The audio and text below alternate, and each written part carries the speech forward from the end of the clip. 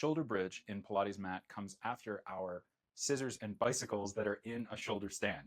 I always get these things mixed up. It's very normal for them to get mixed up for a lot of people. So don't be hard on yourself if you have a hard time memorizing the names of these exercises and the sequences.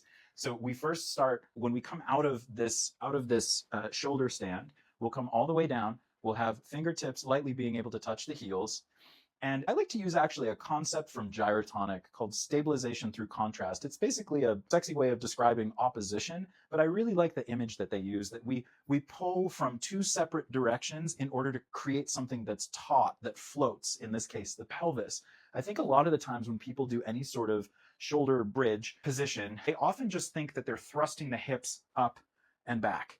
And I find that that can be very compressive, grippy. I don't necessarily feel safe in my spine when I do that. I always want to be tractioning the spine under core activation to create as much length and strength and decompression of my spine as possible. So this is why I like this concept of stabilization through contrast. The contrast being, basically, if you put the weight in the balls of your feet, feather light heels, and you imagine that you're pulling your knees away, like you're trying to pull your knees over your toes, you'll feel that there's much more of a longer sense in the spine that it can be pulled.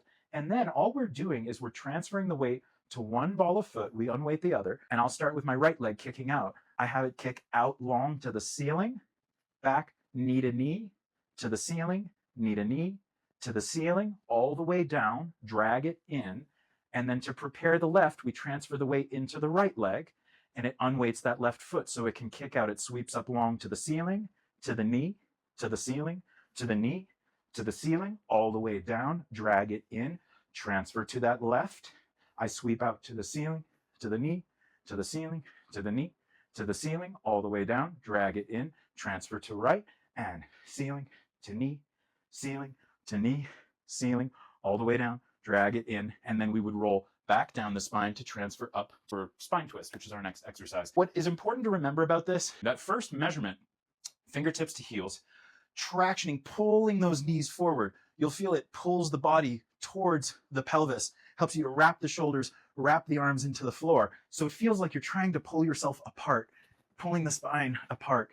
And then we're maintaining that pulling of the spine apart as we challenge with an active leg, okay? Challenging it with the leg, our ability to maintain that tensegrity response of tractioning that spine with the whole back body activating. That's basically how I see a way to maximize what we can get out of the shoulder bridge, understanding that powerhouse activation, that really a tensegrity response that allows us to then challenge it with the whole leg moving. And that is our shoulder bridge.